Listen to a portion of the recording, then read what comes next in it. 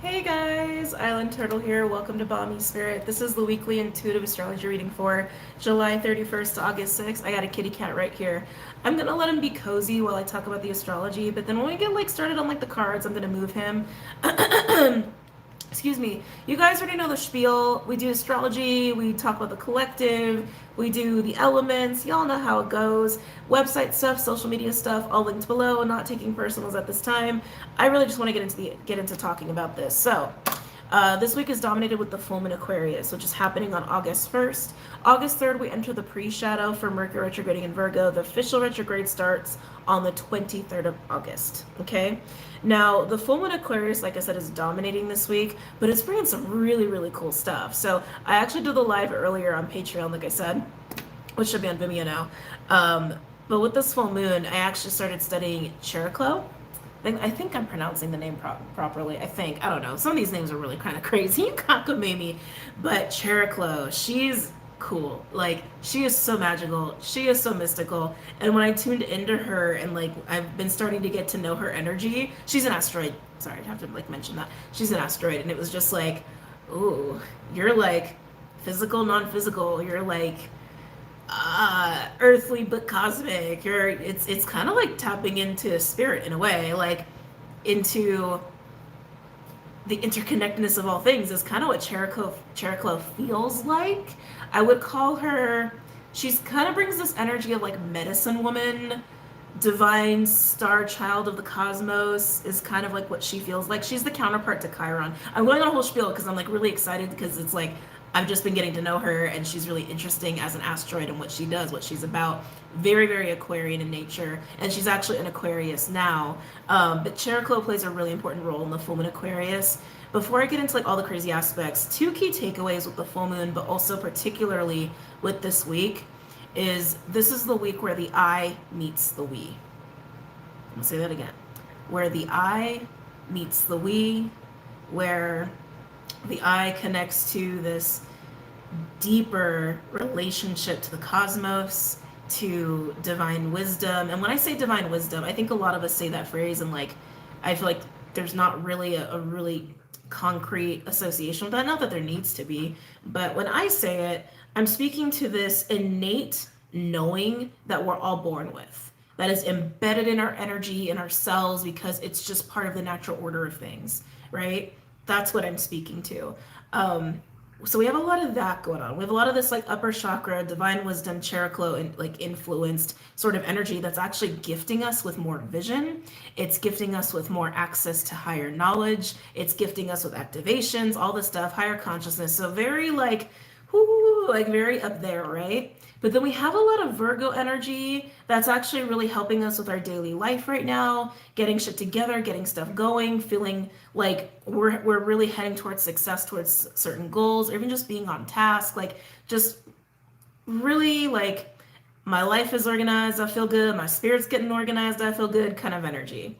There's a little bit of difficulty going on with that too, but we'll talk about that. So we have that going on. But then we also have all this Aries Leo energy that is bringing up this, and we've been in this energy for a long time, but it's very present under the full moon Aquarius, where it's this embracing the self, being independent, asserting oneself. Who am I really? What's my real nature? What are my real desires, my real passions? How can I live wholeheartedly, heart forward, passions forward? How can I really be fully 100% authentic I, right? But this week also calls it into question the we, right? That we can't forget the we, that the we is important. Aquarius is part of that too. Other things part of that, but we'll talk about it. The we is important. Who's the I in the context of we, in juxtaposition to we, in a way that is healthy, in a way that feels good, in a way where everyone feels supported, but we don't let go of the I, we just can maintain both, right? It's really kind of beautiful energy to be in. I was saying this in the live earlier on Patreon for the full moon, that Juno in Cancer is the unsung hero of this full moon Aquarius in this week. And again, we'll talk about it. But if you're going to take away anything with this week, just know that this is a week where relationships are going to be super centered. Your relationship with self, your relationship with spirit, and your relationship with loved ones and people and tribe and community. Those are going to be like the three hugest things. Now, there might be some challenges that come in with this expanded vision, visionary awareness, all this Aquarian, Cherokee energy coming in, with grounding that, integrating that, practically utilizing that. Like you might get a lot of downloads and inspiration to change your plans or to chart some courses, deciding to do certain things or make certain changes, but then the actual like how to might start to trip you up, and more so in the beginning of the week under the full moon as opposed to the end, but we're still under that full moon energy. So again, take that as it resonates, right? It'll get better. I'm gonna say that it'll get better. And then we have like the Aries Leoness, right? Like Venus retrograding in Leo. It's such a call to the heart. It's such a call to our passion. It's such a call to how much do we allow ourselves to enjoy life and live life to the fullest and love to the fullest and be our unique badass selves to the fullest, right? And then again, calling upon the we. So that's everything that's kind of going down this week, just like a quick summary. But let's get into the astrology really quickly. There's a lot. I actually had to like pull out pen and paper and like draw some shit out for people on Patreon. So we're not going to get too insanely into it.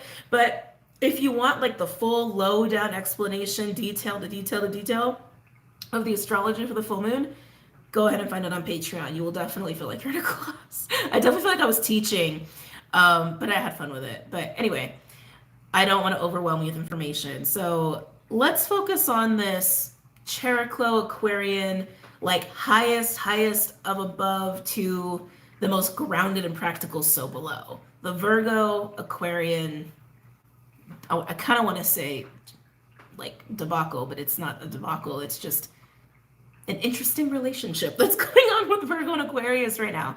So Cherokee, like I said, she's considered an asteroid. She's not technically an asteroid. Again, details on Patreon. But she's unique, and she's been talked about a little bit more in astrology lately, not nearly as much as I think she should be, but she's at Aquarius 11 degrees, and will be very closely conjunct the full moon in Aquarius at 9 degrees, arguably the strongest full moon aspect. She's also square Jupiter, and she's also in conjunct Pallas Athena in Virgo, and like that connection to Pallas Athena Virgo bridges that challenge of how do we integrate this and utilize this, and how does this all blend together? But Cherokee's influence, especially with the full moon, is again amplifying our awareness, our intuition, our connectedness to self, to spirit. And I keep getting, it's like we're gonna get more access. Like that's what keeps coming to me every time I think about it, talk about it, write about it. We're gaining more access. That relationship to innate divine knowing is deepening. It's expanding. And with that is coming downloads, vision, and just really learning to be okay with flowing through life in a knowing state versus a knowing state. Depending upon logical states right now, or like logical plan or logical thinking underneath this full moon is not going to be super great. It's like that's going to bring up a challenge, because this is knowing versus like knowing, right? Feeling and having that inner knowing versus like thinking, right? Logicking things out. I know that's not a word, but you guys understand what I'm getting at. God, okay, one more thing about Cherokee, just because I think it's really fascinating. I might do a video at some point, but I don't have time in the next few days. So maybe within a week or so, maybe I'll get to, I don't know, we'll see. But when I looked at Cherokee's chart, so anytime any of these celestial bodies are discovered, they basically have their own like natal chart, their own birth chart, like their chart of discovery. Cherokee's literally has the Star of David, like literally encompasses the Star of David. She's got like 6 placements at 5 degrees. Like, yeah, I think it's 6. And so like they're all laid out on the chart. It's like, it's a Star of David. It's crazy. Anyway, okay, moving on. So you have that. Now, Orcus is in Virgo 13 degrees. Well, actually, not just 13 degrees. It actually, Orcus does sit at 13 degrees. Sorry, I got ahead of myself. I got so distracted with Cherokee. I was like, wait, come back to the weekly. So Orcus is at Virgo 13 degrees, is conjunct to Mars in Virgo, and that is going to shift from 13 to 16. Also working with Pallas Athena in Virgo. So we have 3 different celestial bodies that are in Virgo, practically all on top of each other, and they're all trine Jupiter in Taurus at 13 degrees. I think Jupiter also shifts into 14 by the end of the week.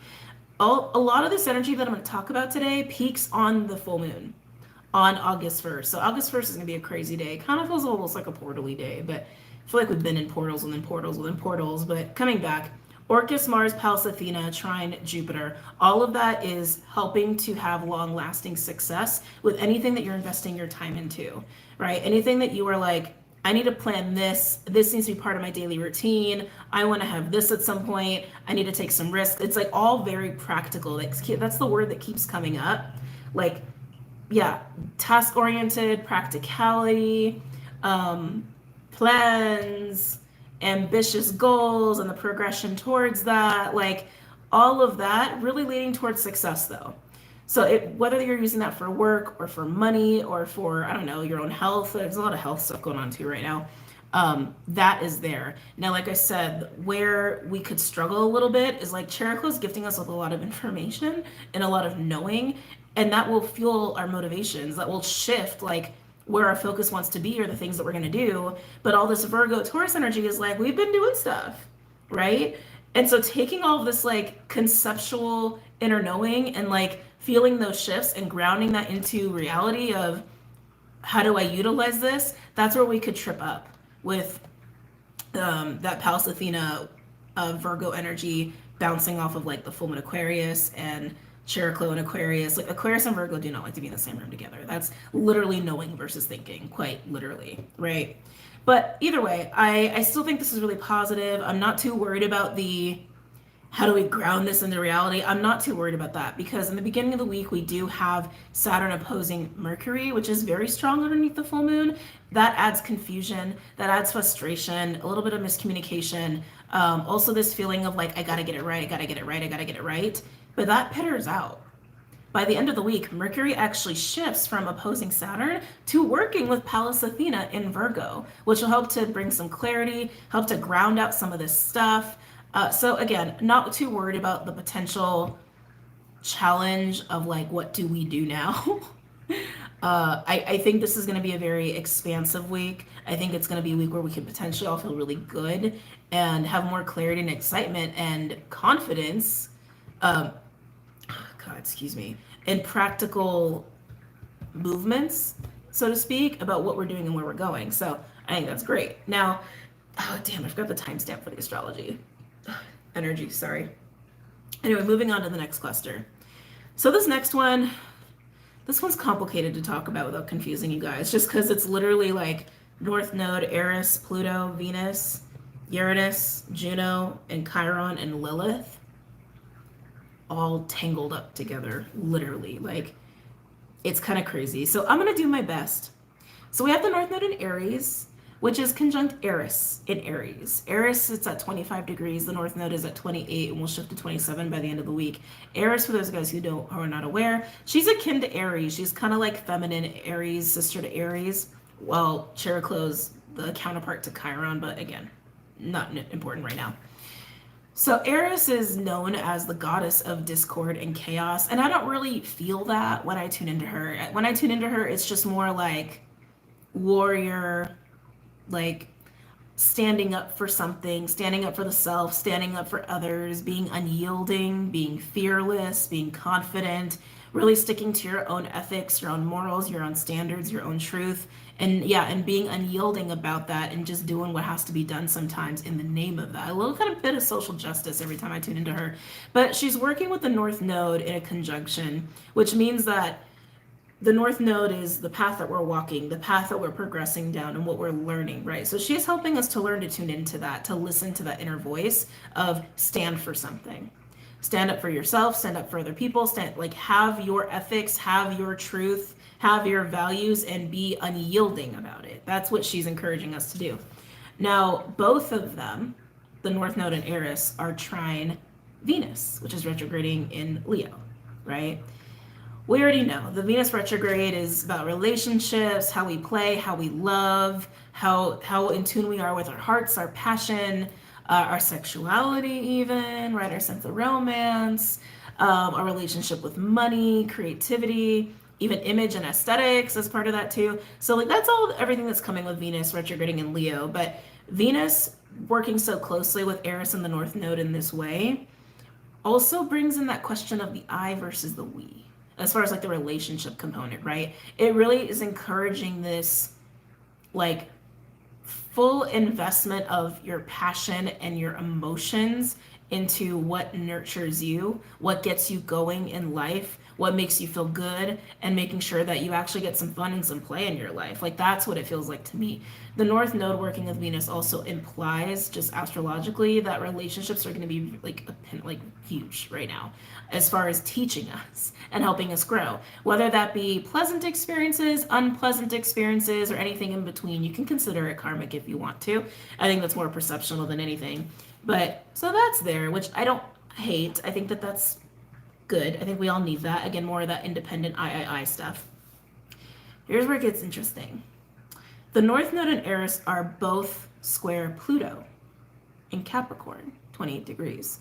So while there's this like super support in the energy of fire and with Venus, it's squaring off Pluto in Capricorn. And Pluto, when I was tuning into that, a lot of this is like words. Hold on, let me back up before I get ahead of myself.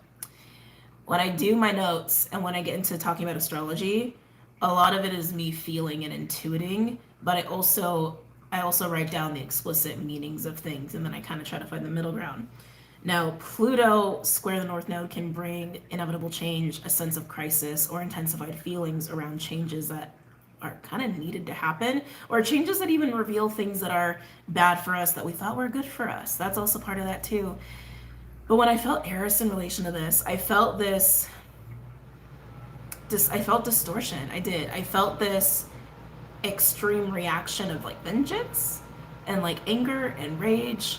I also felt some issues around control coming up, some greed, some addiction stuff coming up. And then on top of that, remember how I said Venus is working with North Node and Eris, right? And then North Node and Eris are square Pluto. Well, Venus and Pluto are in conjunct with each other, which means it's kind of like the Aquarius Virgo conundrum of the first section that I talked about, of like Cheroklo and all that Virgo stuff.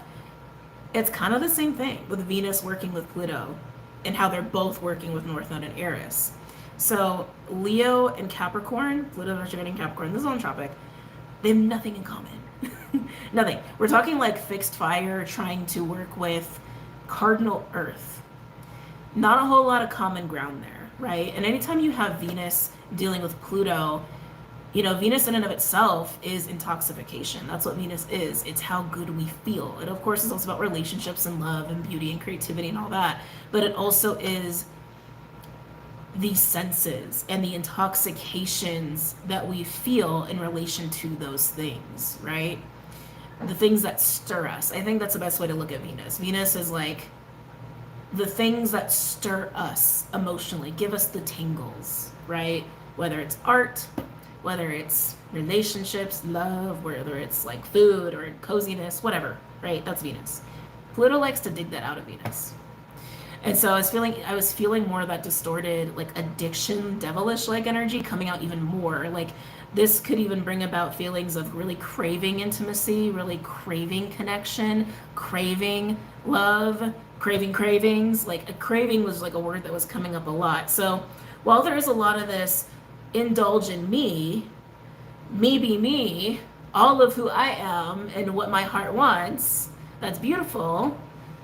Just be mindful of the shadow that's also triggered with that too, of maybe the more addictive stuff that you kind of want as well. Want is a very interesting word. Want could be I want, and it could be I want, right? So both are going to be highlighted this week. It just depends on where you fall on that spectrum, how you deal with those energies and emotions within yourself. Now, this continues to get fascinating. Now, Lilith will be conjunct Venus more so towards the end of the week, okay? But still enough to say it's part of the full moon. Lilith conjunct Venus is just amplifying more of that unleashing of independence, unleashing of who we really are, our raw primal nature, and following that, right? Both of them, Lilith and Venus, are square Uranus. That's going to bring up more of that rebellious part of breaking out. It will also bring about this, it's funny because I didn't feel this in the live for Patreon, but like an itch. like an itch for change. Thank you, it's rest. That's what it is. Restlessness. That is totally what restlessness is, right? It's an itch for change. Whether you're anticipating it or you're wanting it or it's being thrust upon you, it's like it makes you like right? It makes you kind of like that. If you're in a committed relationship right now, you might feel a little sexier, or like you want to really spice things up. Maybe you want to do an affair. Maybe you want to try open relationship. That can really have like a breeding ground for atypical aspects to committed relationships. If you're single, you might want to date a lot. Like this is very much like, I need to shake things up. I need to break out, especially if you start to feel oppressed by anything. Well, a few things here. If you start to feel oppressed, dominated, pushed back in any way, you might like overcompensate with that square Uranus. Be mindful of money.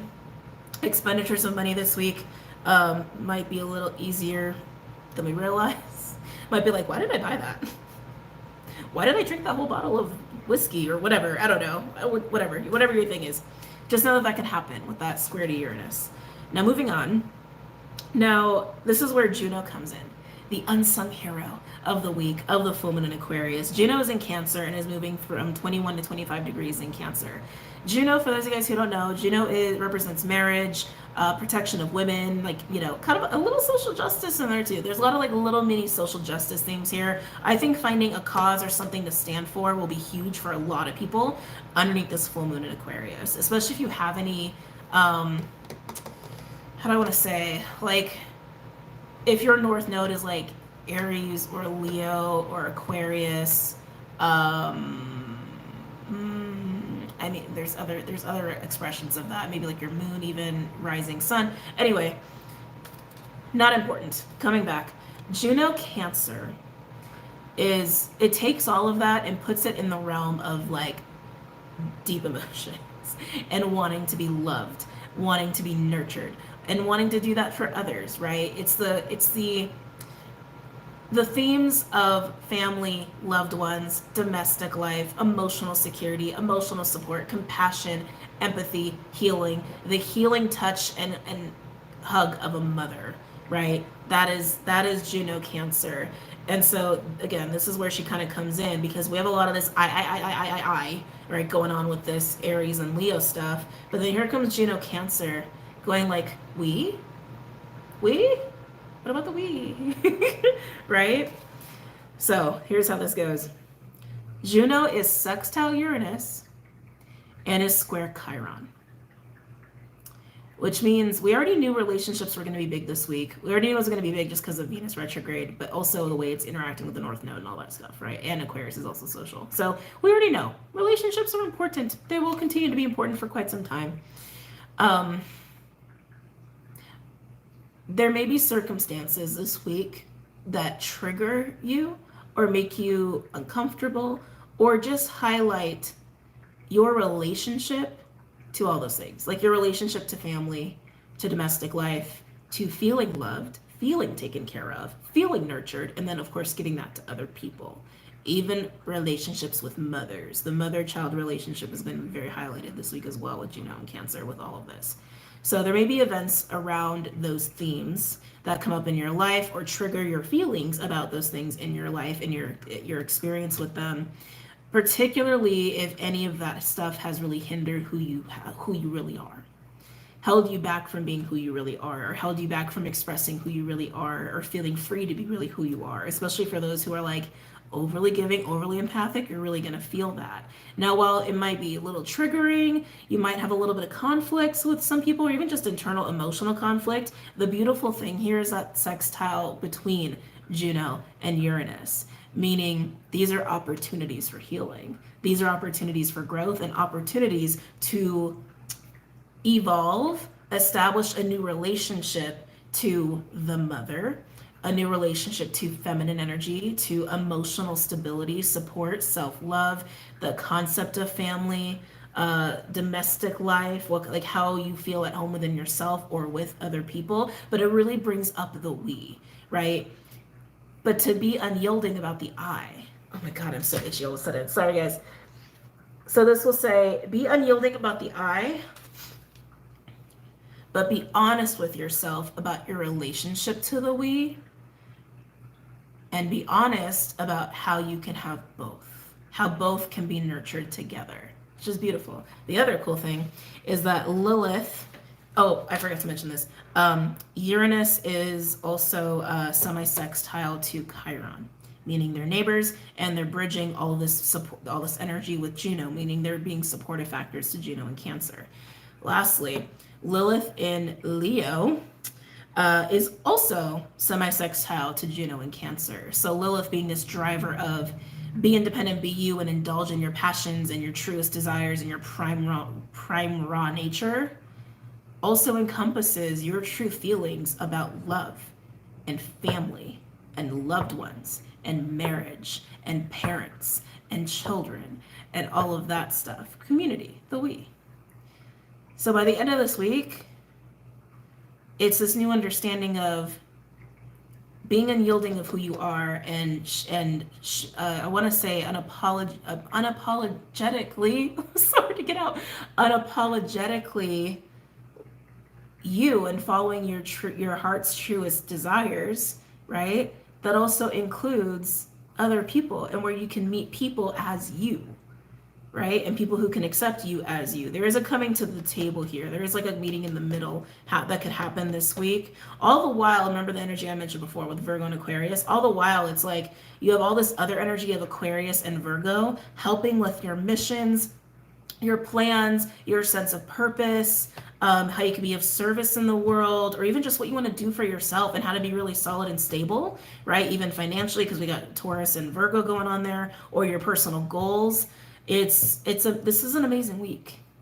This is a week where we can be highly successful in our endeavors. We can even deepen our awareness of self and awareness of spirit and this like divine inner knowing that we're born with. And then on top of it, we can have even more fun and be more open and receptive to people and have some beautiful soul family coming out of this. Like, this is a cool week. This is a cool week. Like I said, I go into full detail. Oh my God, my eyes. That was weird. I don't know if it was just me that's up. Anyway, weirdness. Moving on. Anyway, I go into serious detail about all this stuff on Patreon. So again, check that out if you're curious. But as far as like signs and degrees to look at, there's a lot of signs at play. I would prioritize Aquarius and Virgo, 10 to 15 degrees. Aquarius and Virgo is where you're going to see like this huge expansion going on, particularly Aquarius, of just knowing and insight and clarity in the bigger picture and practically utilizing that through the house of Virgo. Excuse me, sorry. God. Ugh. Aries and Leo, I would have a Cancer. Oh, how do you choose to prioritize Aries or Leo with this energy right now? Aries, Leo, Cancer, 20 to 29 degrees. Those three houses is where you're going to see the I meets the we within relationships and also within experiences of fun and creativity. And yes, it might be emotional. There might be some really awkward conversations. There might be some triggered moments. And if there are triggered moments, it's just a flag. It's just an indication of like, oh, I could evolve here, right? It's just an indication of I could meet the we. I could be more receptive. It's like, you know what I mean? It's like reestablishing a new relationship with the Cancer, basically, and all that stuff. So interesting week ahead. I'm kind of excited, but let's go ahead and do the collective message here before I get too carried away with myself. I've already been talking up a storm. Okay.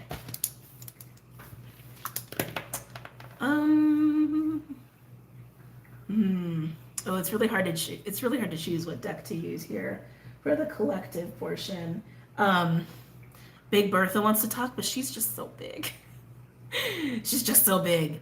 I just got dizzy. Okay. We're gonna do Big Bertha. We're doing Big Bertha here. For those of you guys who are new, who is Big Bertha? She's a combination deck of the Starseed Oracle and Angels and Ancestors deck. Or decks.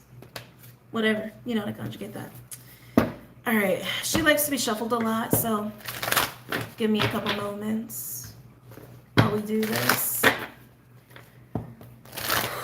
Okay, so there's another thing.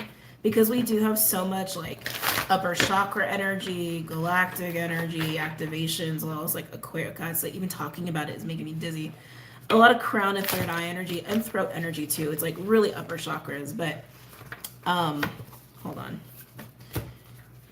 What was I saying? So if you get laid out or you need to like lay down a lot this week, be gentle with yourself. Allow that. Allow yourself to do that. Be hydrated, you know, all that stuff. All that stuff.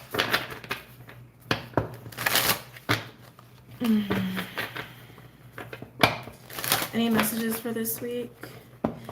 You can also expect the unexpected, just because Uranus is playing a role this week. You can really expect the unexpected. And I want to speak one more thing about Cancer. The house of Cancer, 20 to 29 degrees, that's where you're going to find this full circle of where, like, the I will meet the we in Cancer. The house of Cancer for you. That is where the I will meet the we. Okay? Most likely. Fixed signs will be highly affected by this week, so will cardinal signs. But fixed signs, first and foremost, Aqua, Leo, then Taurus, then Scorpio. And then cardinal signs, I mean, Capricorn, Cancer, Aries, that's like, it's a bunch of you. I would say Aries, and then Capricorn, Cancer is kind of a coin toss. And then Libra. Oh. And Virgos, obviously, Virgos. Any messages or insights for the collective for this week?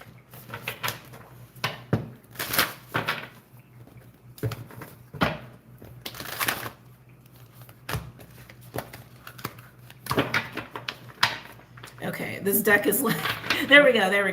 Okay. Any messages or insights for the collective for this week? Given. That's a new given. When changes happen this week, because some of you may experience some changes out of nowhere, again, the sense of like surprise.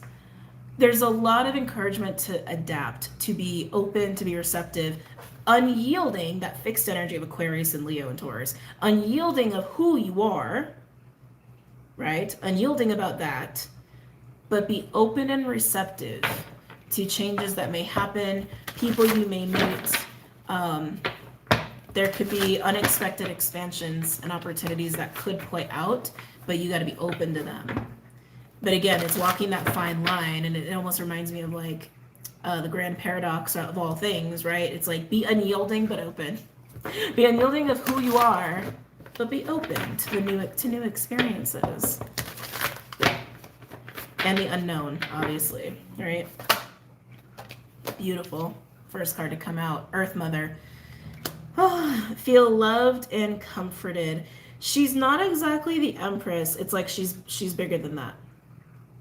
Right? She's literally like Gaia. She's literally like,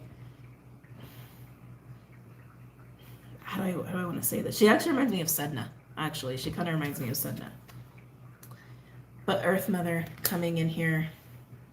This is allowing yourself, this is totally that Cancer energy. This is allowing yourself to receive and be open to being taken care of, to being loved, to being supported, to being comforted. But it's an allowance. It's a surrender into that.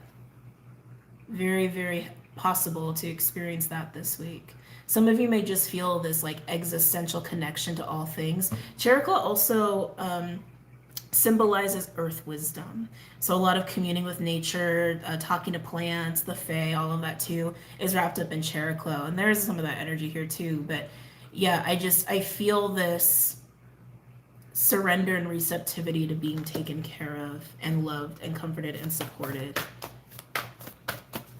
Whether it's by people, by spirit, by nature. Any other messages or insights for this week for the collective? Oh, I'm starting to feel nauseous all of a sudden. Whew. You guys might experience that too. Some solar energy moving around.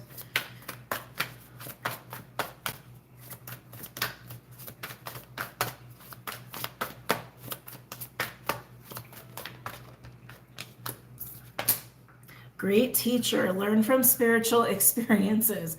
I would say this is totally the epitome of the full moon Aquarius right here, especially with Earth Mother, because this is allow yourself to receive that wisdom. Literally, allow yourself to receive that wisdom, allow yourself to be taught, allow yourself to attain that knowledge, to tap into that. Some of you may be attaining access to the Akashic records in a way that you haven't experienced before. It's a lot of newness coming in here. I mean, this is a full moon, so it should be more about clarity and changes, which that's clearly a part of it.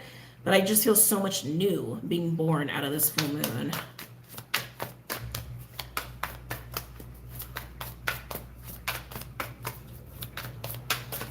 No. There's also the challenge this week of not to get lost in the physical or the etherical too much. Learn from both, stay tuned into both, stay balanced in both. I know, it's always hard to maintain that balance like full time, but especially right now, the more grounded you are, the more in your body you are, the more present you are, the more rooted into the earth you are, the easier it's going to be to take in all of this, okay?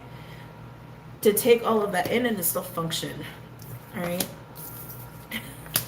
Remember I said, like, she's not quite the Empress? Well, Lady just came out, and she basically is the Empress here. We have Shaman, trust in higher forces. And then the Lady, enjoy growth and reap rewards. This is all about receiving. This is all about receiving and allowing yourself to adapt and be open to that, right? Because if you've been attached to, how do I want to say this? If you've been attached to an idea of what success is, what abundance is, what comfort, stability is, what being taken care of is, like if you've been attached to these ways of care and support and comfort, you might have a hard time with this, because I feel like a lot of this information that's coming in or opportunities that are coming in that could potentially really nurture us and take care of us, and then in turn how we can gift that to others or gift that to the collective, because it's a domino effect, right? Are ways that maybe you haven't been able to see or comprehend. And we're also talking Aquarius, so it could really go against the mainstream or what is considered normal, right? The more connected you are to your hearts, the more in your body you are, the more connected to self and spirit you are, the easier this week is going to be to receive. And the less you are, more uncomfortable is what I'm going to say. The more uncomfortable this week could potentially be. Let's see what else wants to come out. It's interesting. Only the Angels and Ancestor cards have come out. I expected there to be more galactic stuff.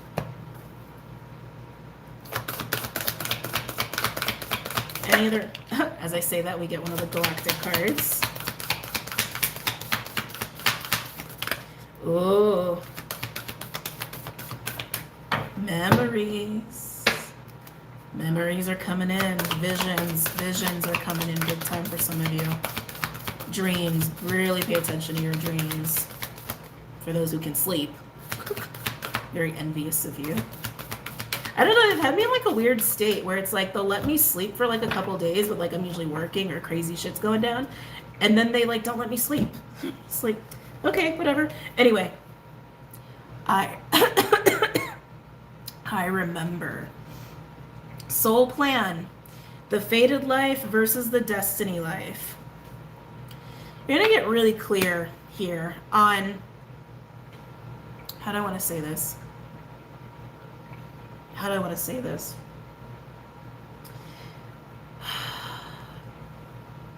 There's going to be this understanding of karmic choices and patterns and experiences, soul-driven choices and experiences.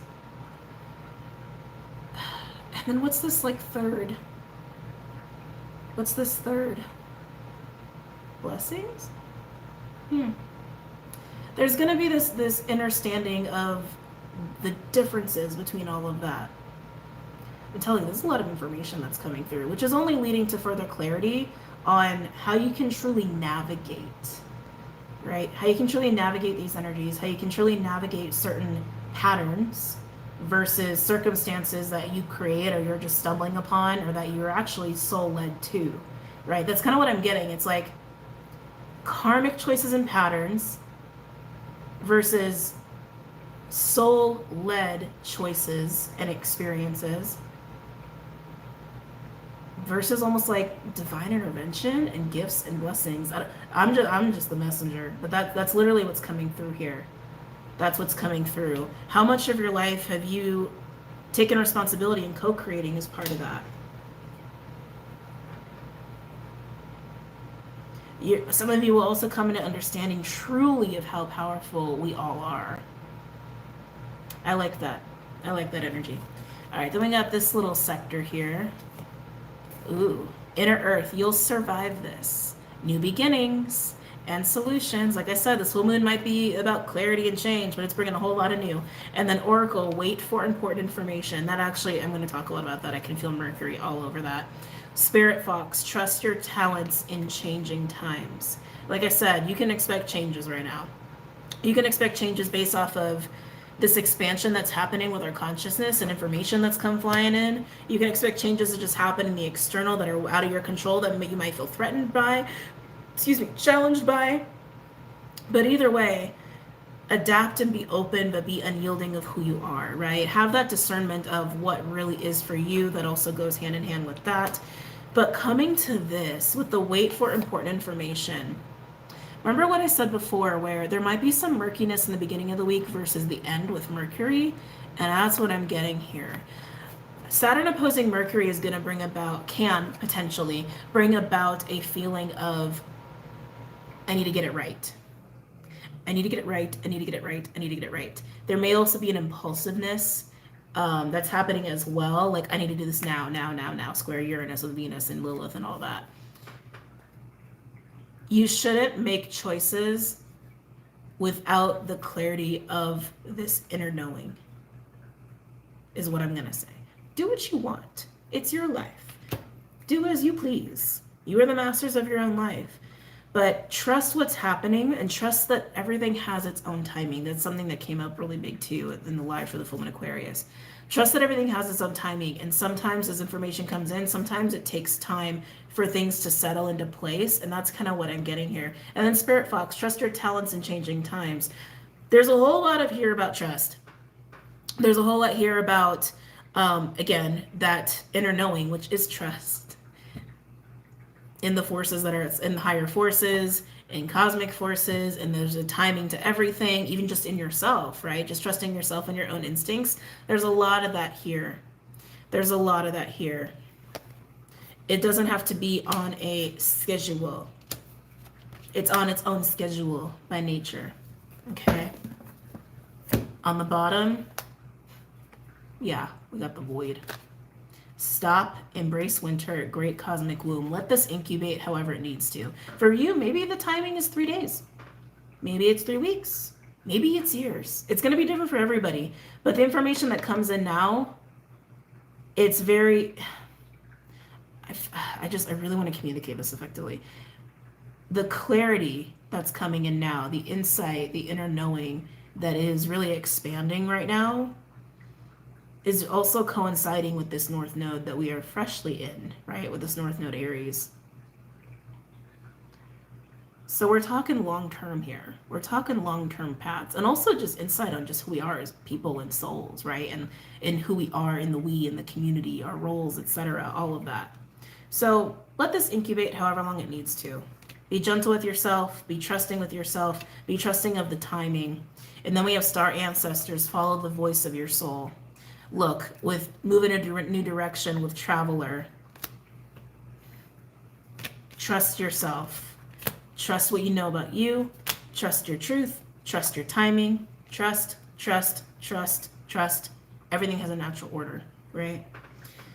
Okay, so that's for the collective. Let's go ahead and get into the elements and whatnot. Who's going first? Always starting with the wild unknown animal spirit deck. I have another deck that I've been getting to know, and I'm so tempted to use it right now, but I don't feel like it's time. I don't feel like I know it well enough. God, but I'm so tempted to. But yeah, it's not time. Okay, anyway.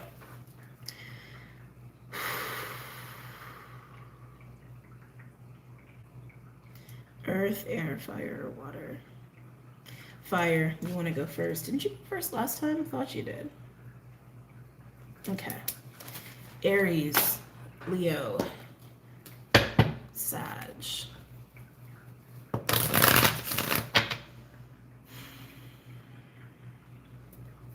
Aries. Well, you guys feel antsy. Fire signs, you feel antsy this week. It almost has like ants in the pants, nails on a chalkboard sort of energy. What's got you so antsy? Wow.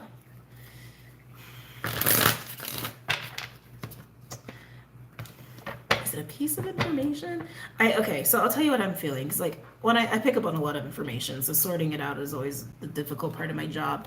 But for a group of you fire signs, it's like I feel this like crawling up the wall feeling of I gotta get out, I gotta get out, I gotta get out, I gotta get out. I gotta get out of this situation, I gotta get out of this mess, I gotta get out of this way of life, like I gotta get out of All right, so that's one group of you. Another group of you, it's like it's this need to communicate. Like you're trying to not say something, but oh my God, you just gotta say it. And then in my mind, my Lilith Sag is like, why wouldn't you say it? But that's my Lilith Sag, so you know, I try not to listen to her too much. She gets me in trouble sometimes. So that's what I'm getting with my fire signs, but very much like crawling up the walls. Now keep in mind, tuning into you guys, you're tuning into people you know, right? So just something to be aware of. One more. Aries, Leo. Wow.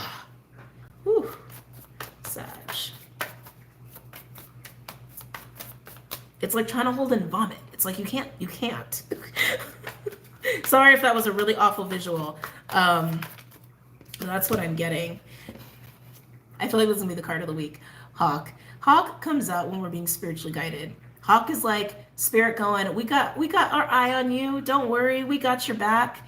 We're right on you. We're helping you with your compass. Don't worry. I feel like you're being guided to act, to be honest, to act, to speak. I really feel a speaking. Like I really feel a lot wanting to come out of the throat, and it's like you're trying to stifle it down. And I feel like spirits is like, what are you doing? Spirit's like, you can't hold that in.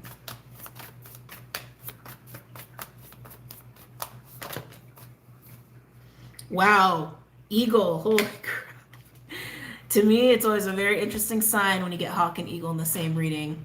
So for me in my personal journey, the hawk and the eagle have been divine masculine, divine feminine. They work together. Eagle is a little bit more of this like the eagle perches and sees the overarching view, kind of like Aquarius, Scorpio. We got a lot of the aqua energy, right? Hawk is act, tactile, masculine, goes in and does, right?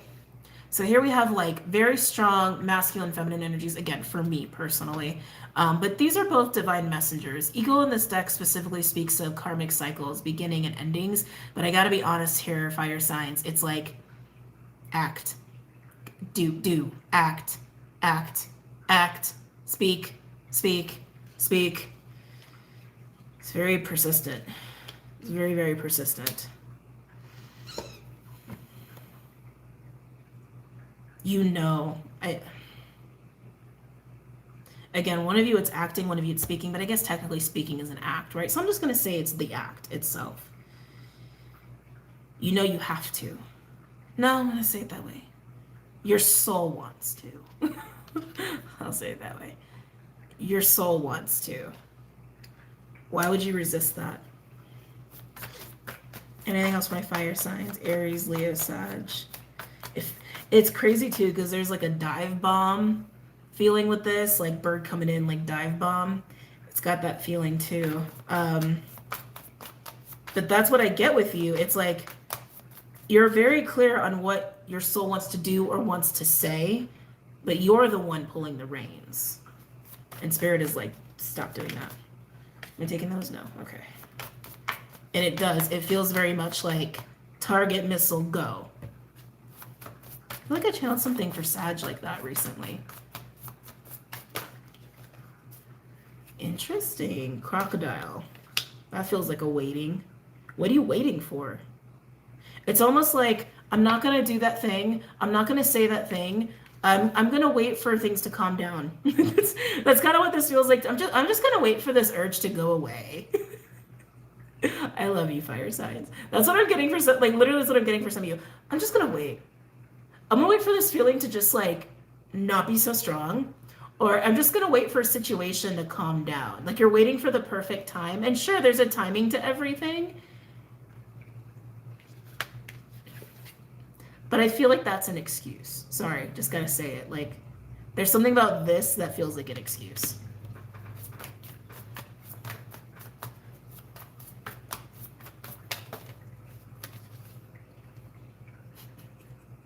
I knew it was speaking. I knew it. I knew it was.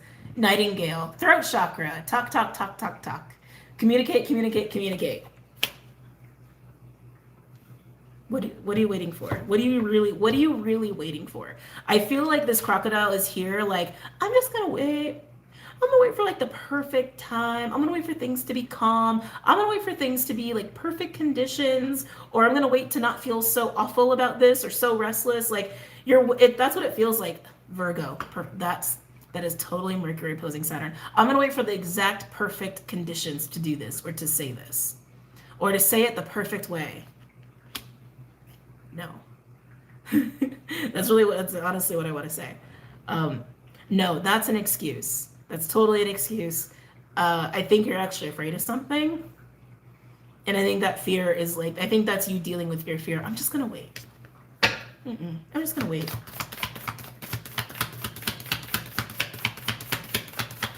I felt that so strong. Anything else for my fire signs? Aries, Leo, Sag. It's time. Fire signs. Vulture. Death magic. Vulture comes in when there's dead things that need to be eaten away. When things are getting stagnant or there's like some stuff that's getting in your way. Okay, sorry, my guys are talking to me and sometimes they crack me up. They intentionally made me laugh in the Patreon live. Okay, let me explain. In Full Moon in Aquarius. And it was like really it was honestly to highlight just like how laughter is powerful and laughter feels good, but also how sometimes it's important to laugh at our own fears sometimes and laugh at ourselves. It kind of takes away the power of the fear.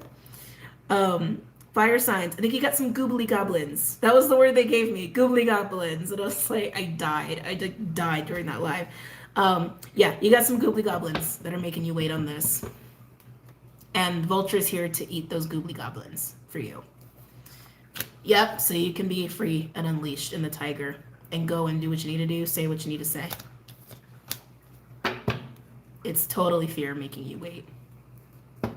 And it's the Virgo. It's that Mercury. Not saying it's just because of that, but it definitely has that feeling of the Saturn opposing Mercury in Virgo of it needs to be just right. It needs to be just right. It needs to be just right. And like kind of getting frustrated. Let's pull some tarot for you guys. So tempted to use that deck, but no, it's not the time. It is not the time. Let's go ahead and do classic Rider-Waite for my fire signs.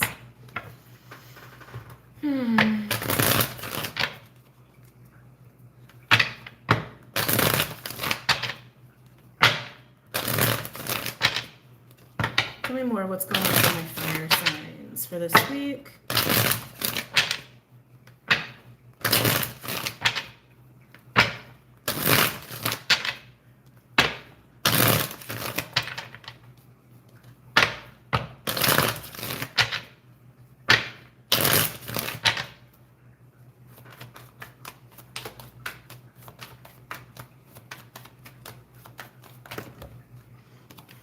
Let's see. Interesting. So we have 10 of Wands in reverse with the Ace of Wands in reverse. There's a 9 of Wands energy there. 9 of Wands is that tired, wounded, beat up dude, right? He's been through some shit. He's been struggling. He's tired. You've been carrying a weight, fire signs, and it's time for that to be over. It's time for that to be over, and it's time to turn the ignition key. Like that Ace of Wands in reverse. Damn it. Sorry, disconnected for a second. You are done with this burdensome, stressed out, whatever this is you've been carrying around, whatever has also been keeping you from like acting and speaking. I feel like you've been really tired. I feel like you've been super tired, and it's just, I feel the lack of motivation.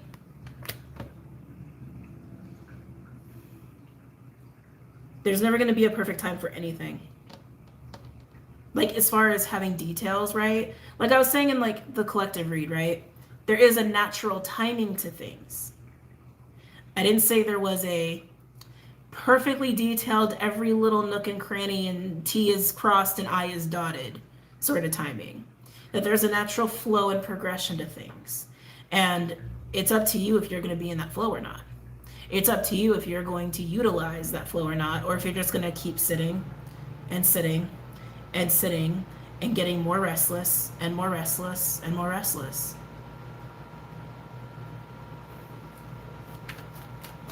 Anything else for my fire signs?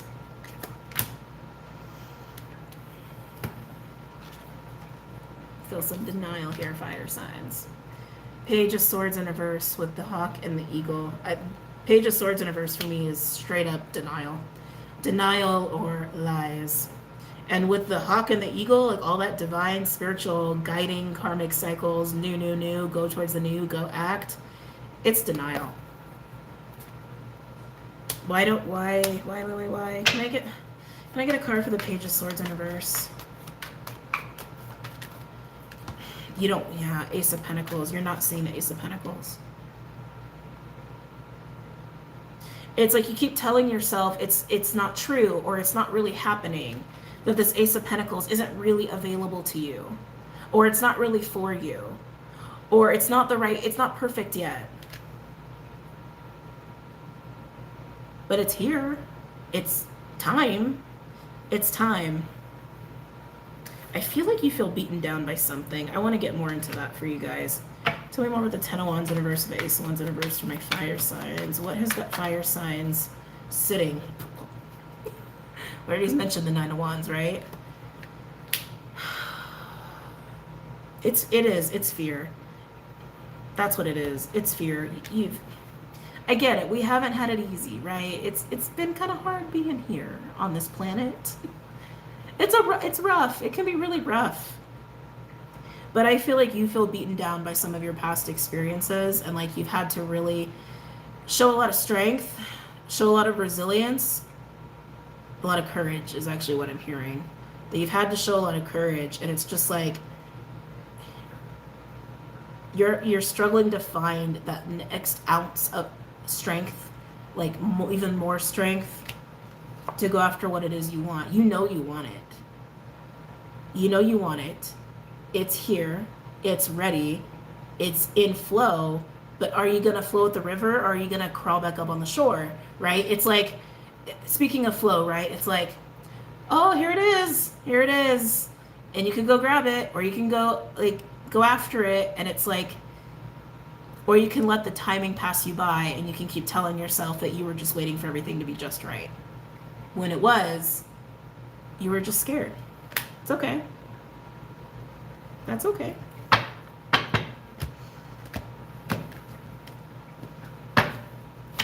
Anything else for my fire signs? Aries, Leo, Sag.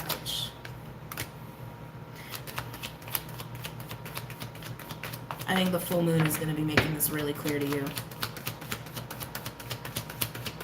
Anything else for my fire signs? Yep. Yep, it is.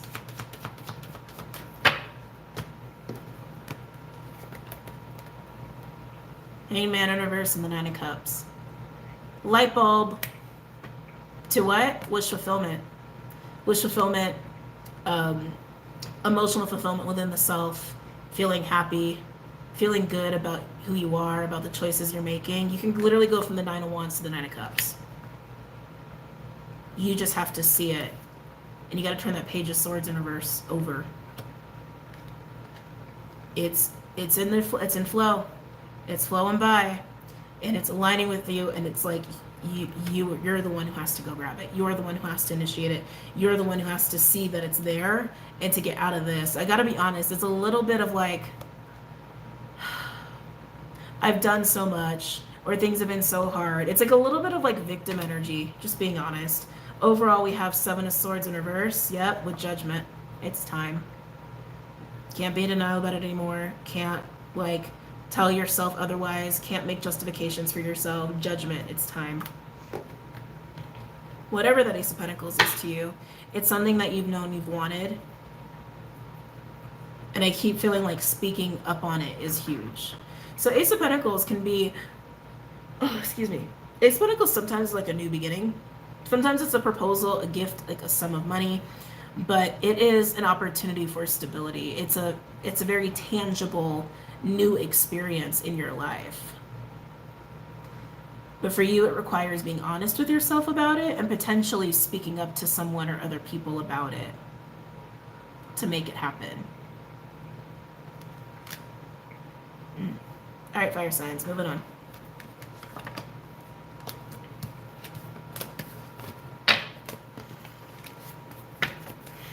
All right, who's next? Ooh, let's crack my back. Earth, water, air.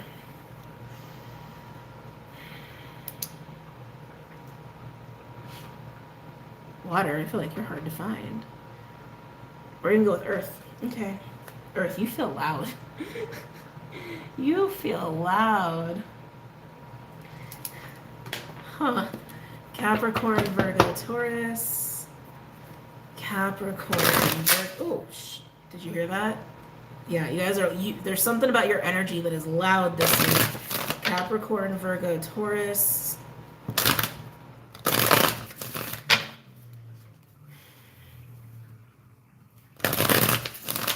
Something about your energy feels amped up. Like you have more energy this week, or you have more motivation this week, or you're literally like raising your voice this week. This is all about like raise, amplify, bigger, bigger, bigger kind of energy with you this week. Capricorn, Taurus, Virgo, one more.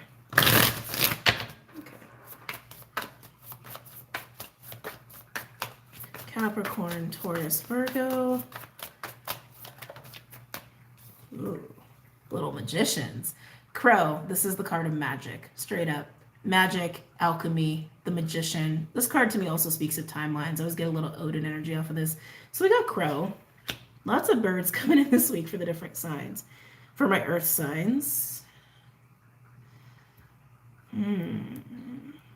You're confronting someone, or you're, oh, interesting. I was going to say something, but someone. You're confronting something, or something's confronting you. And it brings out your inner magician. Like you adapt really well, or you change things up really well. You're going to navigate it really well. Earth signs, Capricorn, Taurus, Virgo. Ooh. Oh. Whoa. Whew.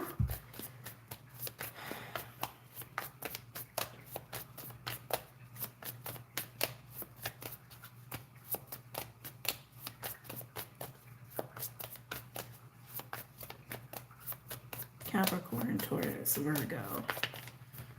Yep, you are. Horse, literally the master of earth in this deck.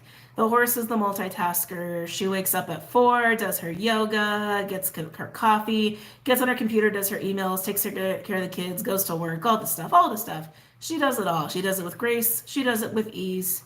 I'm actually hearing beauty. Horse also represents independence and stamina, right? And being very much in the self and being free in yourself. But it's a mastery. Yeah, I mean, it's really simple, earth signs. Again, you're confronting someone or something, or it's confronting you, and you handle it like a freaking master.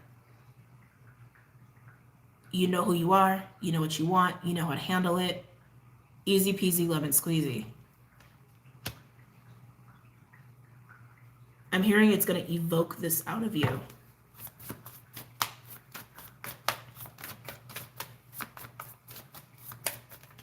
I taking these? No. Okay. Anything else for my earth signs? Capricorn, Taurus, Virgo. Ooh. Dragonfly. Strong third eye energy for me with this card. This card usually indicates a need to shift your perspective, again, which makes sense. Like you're being confronted with something, or you're confronting something, and it brings out this master. It brings out a master magician, and you handle it like a boss. I feel like you see it coming. That's why I feel like you're being confronted by it versus you initiating. It's like you just, it's funny because fire signs was struggling with the flow. It's like you're just letting things happen. And it's like you see it. You see why it's happening. You see the bigger picture, which is why you know how to navigate it like a boss. Anything else for my earth signs? Ooh, snake. When we get this card, it usually speaks to gaining, like tapping into untapped potential is how I like to talk about this card. You can also see that it speaks to cycles, kundalini energy, and all that good stuff. But that's kind of what I was getting, right? It's like this is being brought out in you. This is being evoked from within you because of something that you see coming, something you're being confronted with. It almost like, yeah, it brings out the master. Okay. Like, you know, sometimes you're in situations that catch you off guard and it's like stuff that maybe you haven't dealt with before, or it's a whole new level of stress and you don't know how you did it, but you got yourself through it, or you got people through it, and it's like, I didn't know I had that in me. You didn't know you had this in you.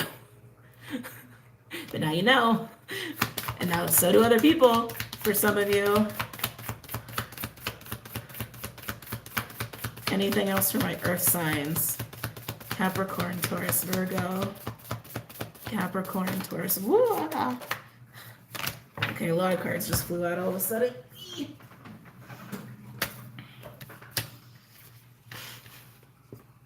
Another snake.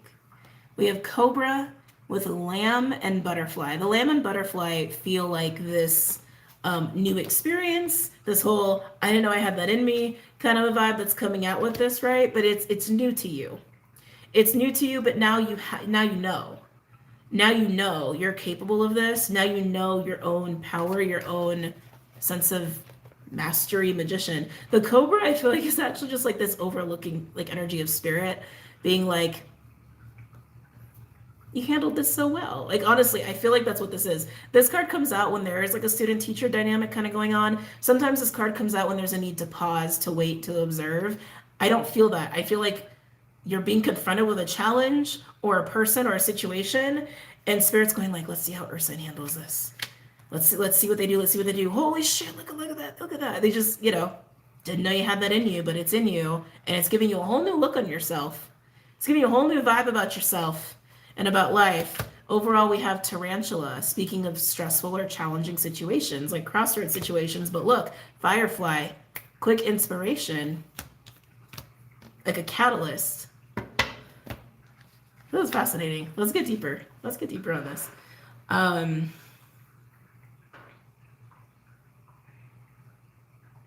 Just deciding what deck wants to work with you.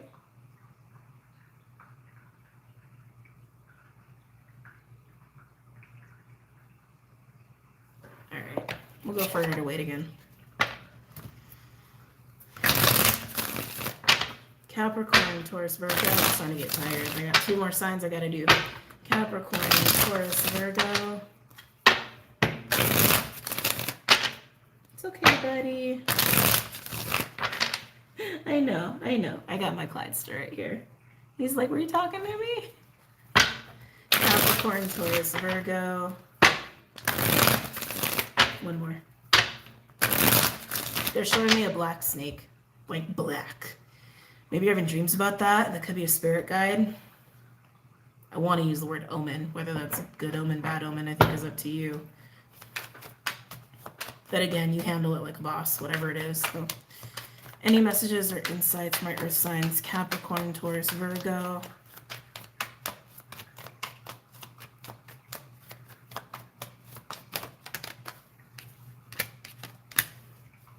Ooh. Knight of Cups in reverse and the 10 of Cups landing on the Dragonfly.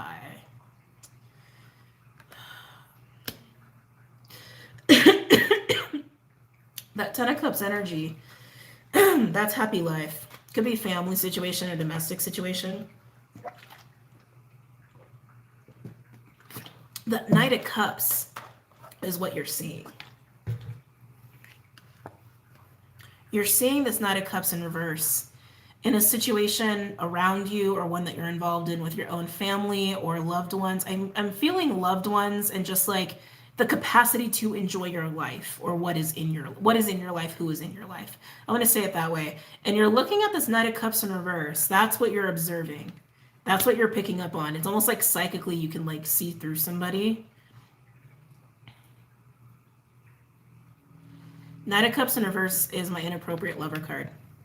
It's somebody who is emotionally manipulative or emotionally numb and detached and cut off or closed off. I want to get more on that. Tell me about this Knight of Cups in reverse. Ooh. Ten of Swords. Something's over. You can see it. You can see it before it's going to happen. Like, and potentially someone's changed. It could just be that. It could just be that someone's changed, or maybe you're seeing their true nature. But Ten of Swords, like the second you see that, you see the Ten of Cups turning into the Ten of Swords. You see it, and it's like, how are you going to handle it? Like a master, like a pro, like a boss. They'll be fine. Again, the Knight of Cups could be somebody who's like, you're just seeing their true nature as the Knight of Cups, or something about them has changed.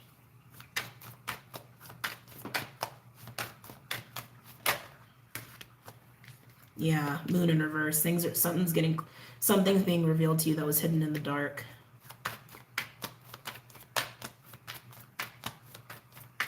This could be a family member. This could be a friend, someone you live with. Damn. Yeah, that something's not working. Eight of Pentacles in reverse. That something is coming to a close, or it needs to.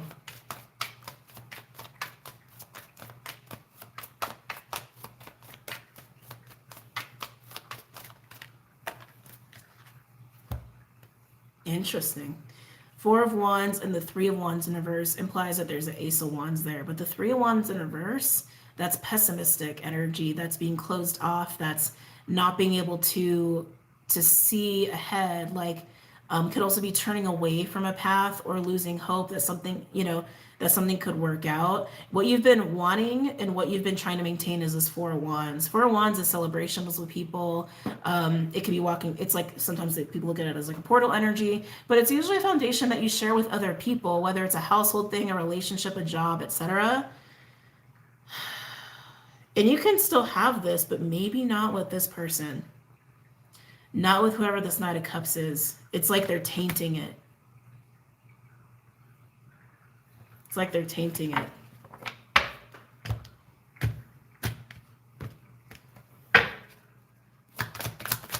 Tell me more from my earth signs.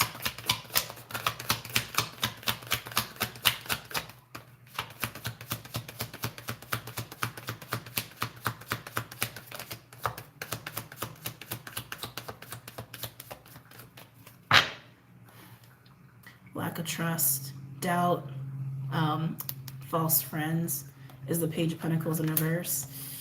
Yeah, yikes. Judgment in reverse, Five of Swords, oh my god, and the Five of Pentacles. Like I said, you're gonna see, it's almost like you're gonna see the change in this person, or like their true nature before, it almost seems like before it does any damage, is almost how it looks. Before it does any damage, you better trust that instinct. Five of Swords and Five of Pentacles, that is not a good feeling. That is like bringing up the feeling of like win or lose at all costs, like high stakes, whether that's actually happening or not. But I feel like that's the energy this person brings with them, and potentially what this person can bring to you, and whatever encompasses your Ten of Cups. That's honestly what's coming through. Like, they could taint it if they haven't already, but I keep feeling like you're gonna see it and catch it before it happens. And you're just gonna, again, it almost feels like you're being confronted with it, and it's like, holy shit, I didn't know I had that in me. To see that, or to act on it, or to take care of it. And it gives you a new perspective on you, and a new perspective on maybe this person or situation, etc., but definitely on yourself. Okay? I know that's not like super bright. Earth signs. But it is what it is. Ugh. All the channeling always makes my nose so itchy. All right, moving on. Getting really hot all of a sudden. All right, who do you have left? Water and air? Ah.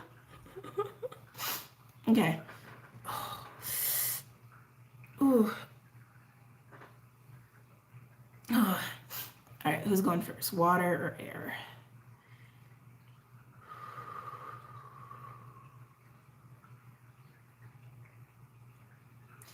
Oh, what's going on, air signs? I feel so many swords with you. Gemini, Libra, Aquarius. I feel like straight up 3 of swords with you. Let's see what's going on with my air signs. Oh, timestamp. Glad I remember. Okay. Yeah, I feel swords with you. I feel straight up 3 of swords with you.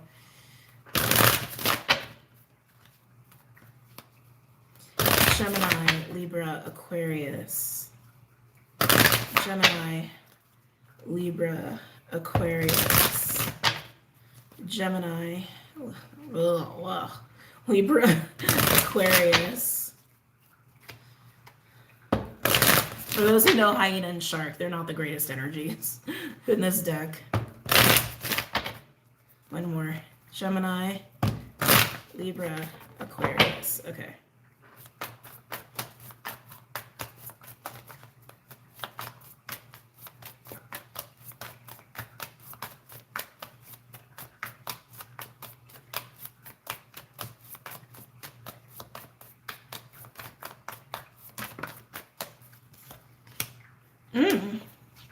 Okay, Swan. We like Swan. What's with the swords then? Maybe we'll see what's going on here. When Swan comes out, it usually comes with 2 different kind of energies. Feeling whole and complete within the self, or seeing that you are whole and complete, usually comes in after a major period of healing. Reconstruction is actually what I just heard. And also sometimes can indicate counterparts or soul fam, mirroring relationships. Yeah, all that good stuff. Partnership. Am I taking that? Okay, I'm not going to take it, but Crow came out. And Crow came out for Earth signs. So if you have a lot of Earth in your chart, you might want to watch that. But I'm not going to take it. A lot of birds. A lot of birds today. Everyone's had some birds in their reading.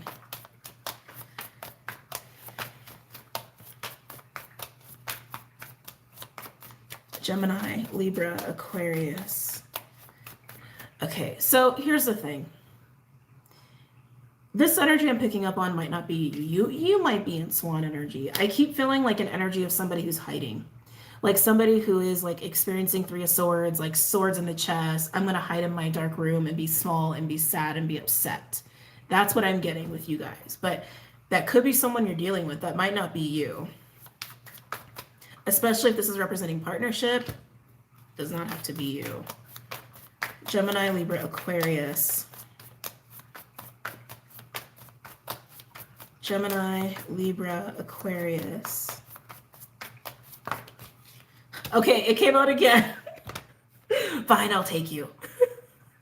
The card of magic, the card of alchemy, right? Why do I feel like this crow is like in the way of the swan though? I normally love this card. Okay, I normally love this card. It could also indicate writing as well. I'm starting to get a little bit of writing here. All the birds, all the birds of the birds. Communication, this seems to be a huge part of your reading. Air signs is what I'm picking up here. Something is getting in the way of effective communication. I keep feeling like someone is like hidden away, in pain, in their head. Definitely feeling that. The swan does not feel like that. The swan energy feels really free, feels really loving, feels really good. But for some reason, I feel like this crow is almost like, yeah, like a block or something. Or is it a shield? Oh, thank you. They said that's why Crow is out here. This crow feels like a guide.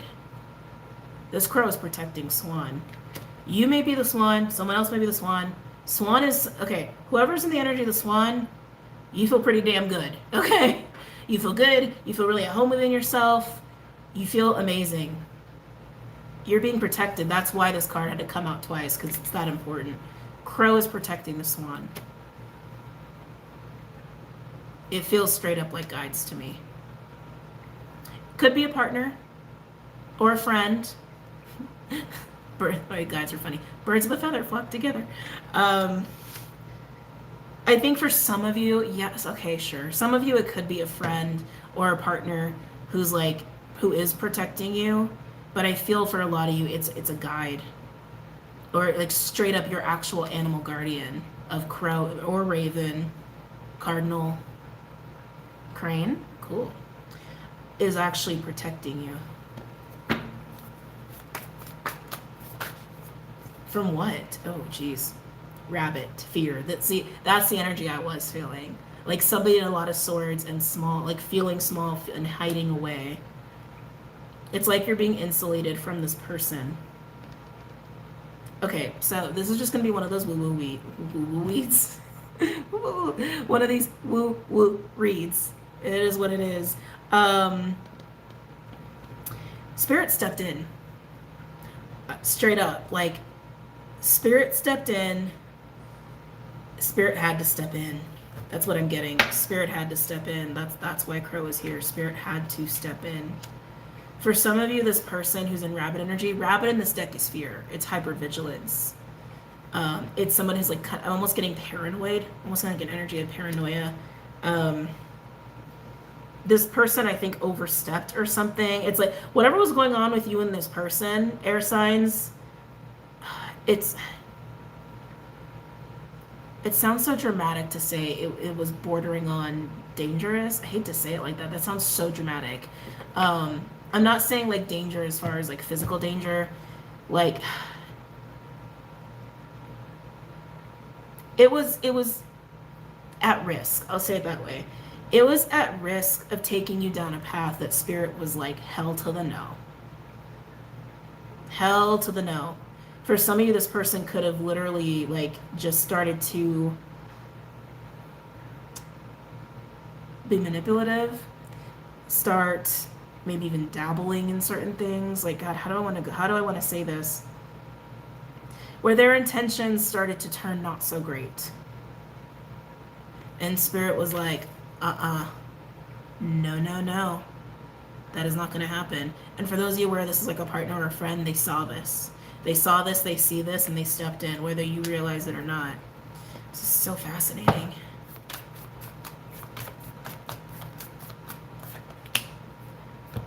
More birds. Holy crap. Nightingale coming along on the rabbit. Okay, first of all, anybody who's suffering, I feel for them. I do. I'm an empath. I can't help it. I feel for anybody who's a major like way of suffering. This person, I feel like their energy is grabby. Like, there's something about them where it's like they could attach to people really easy. They could hook into people really easy. They could be carrying around shit that attaches to people. Like, stuff like that. You know, I just feel like this person likes to grab, attach, and pull. Grab, attach, and pull. Grab, attach, and pull. And with Nightingale, they probably talk a lot, or they use their words a lot to do that. And Spirit was like, no. Not this one. Like, literally, that's what I'm getting. Not this one. Okay.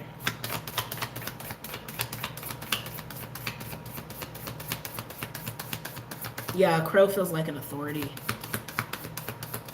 Anything else for my air signs?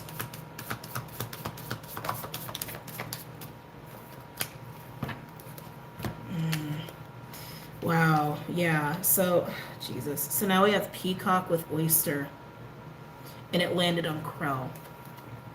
Crow's protecting you. This is protection. This is spiritual protection. And again, could be a friend or partner who stepped in, but Oyster to me feels like protecting you. Like, put that shell around the swan.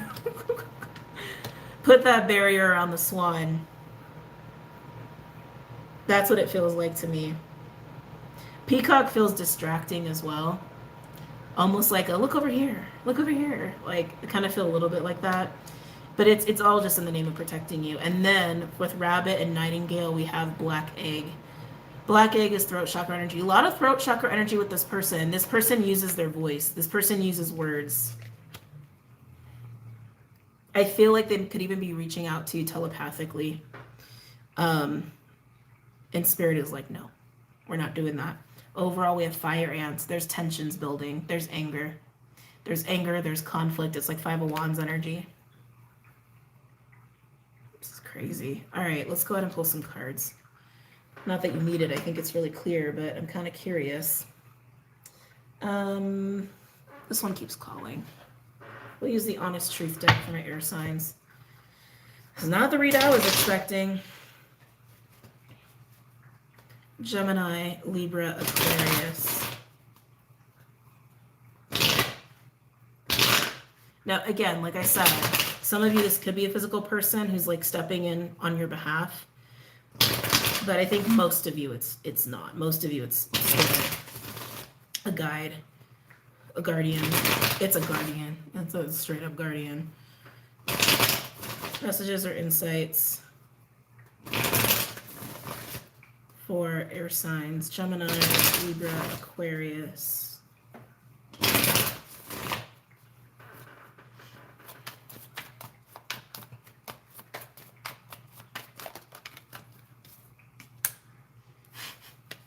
So on Swan, we have King of Pentacles, which is kind of cool. King of Pentacles is Taurus energy. King of Pentacles is like the king that maintains the 10, right? The king knows how to uphold legacy, wealth, health, all the stuff, the kingdom, essentially.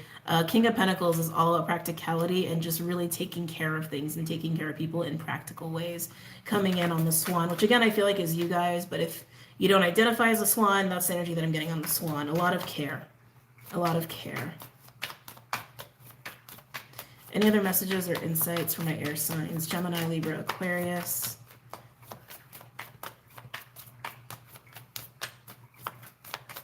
I feel like this person may even use like I'm a victim sort of stuff. Like I need help, I need help, I need help. To catch attention. But I do think they are suffering. I do think they're an energy who suffers. I do feel that.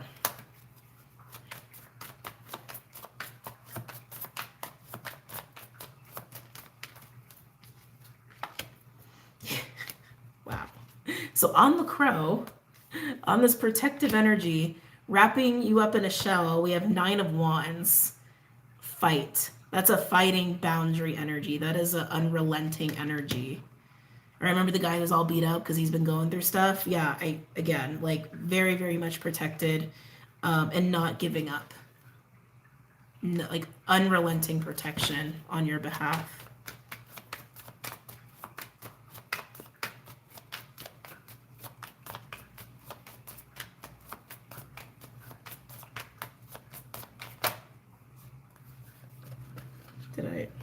Okay.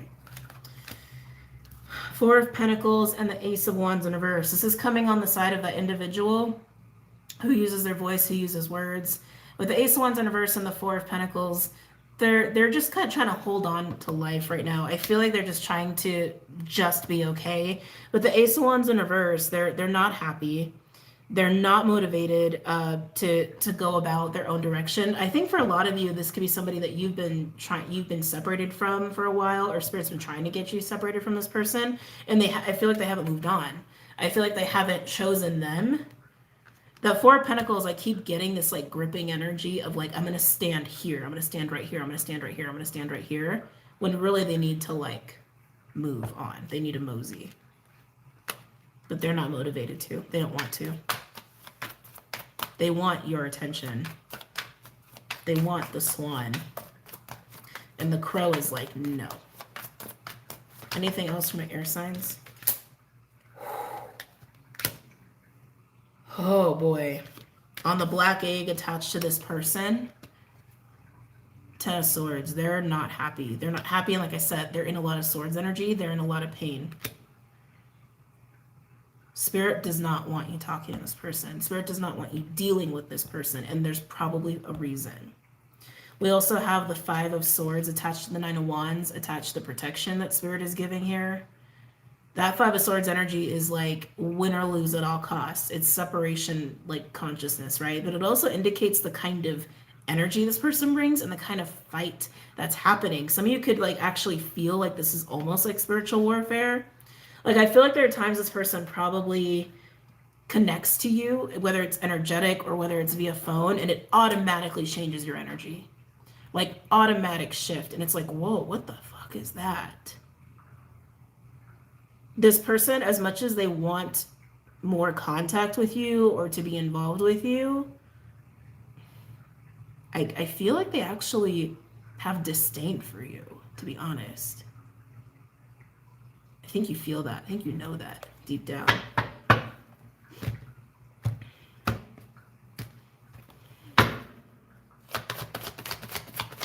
Any other messages or insights for my air signs? Gemini, Libra, Aquarius. Yeah, 4 of Cups in reverse. They feel abandoned. They feel rejected. They feel alone. Again, I feel for them. I do. It's crazy because, like, you're literally just chilling over here. Like this. Well, all this other shit is going down and you're, like, insulated from it. Wow, a lot of 4s. 4 of Pentacles, 4 of Cups, and now we have words. 4 Swords in reverse. Ooh, with the World in reverse. Again, this person needs to move on.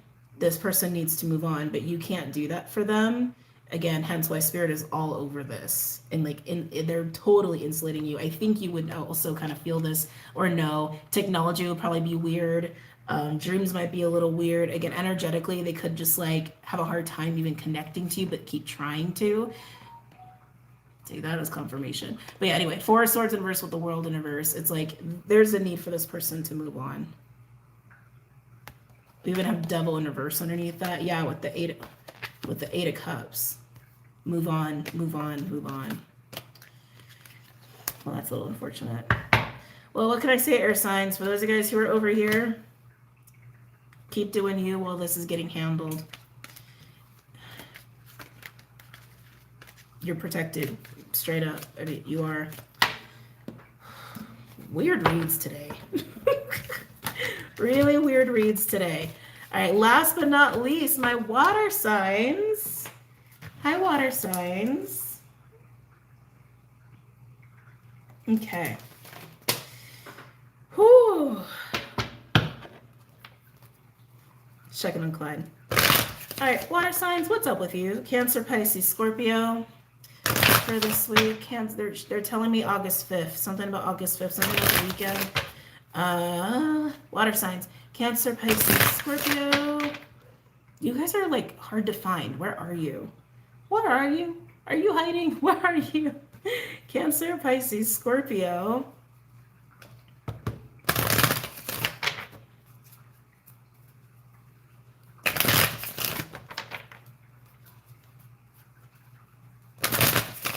Cancer, Pisces, Scorpio.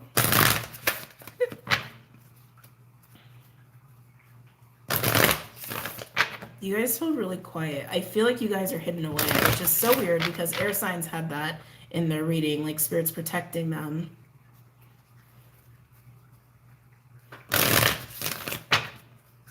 Maybe they're doing the same for my water signs. Cancer, Pisces, Scorpio.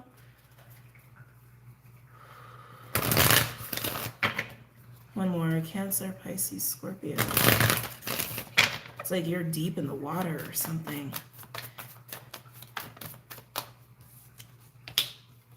Okay. That's why you're hard to find. You're trying to figure something out for yourself. I think you're hiding in hermit mode.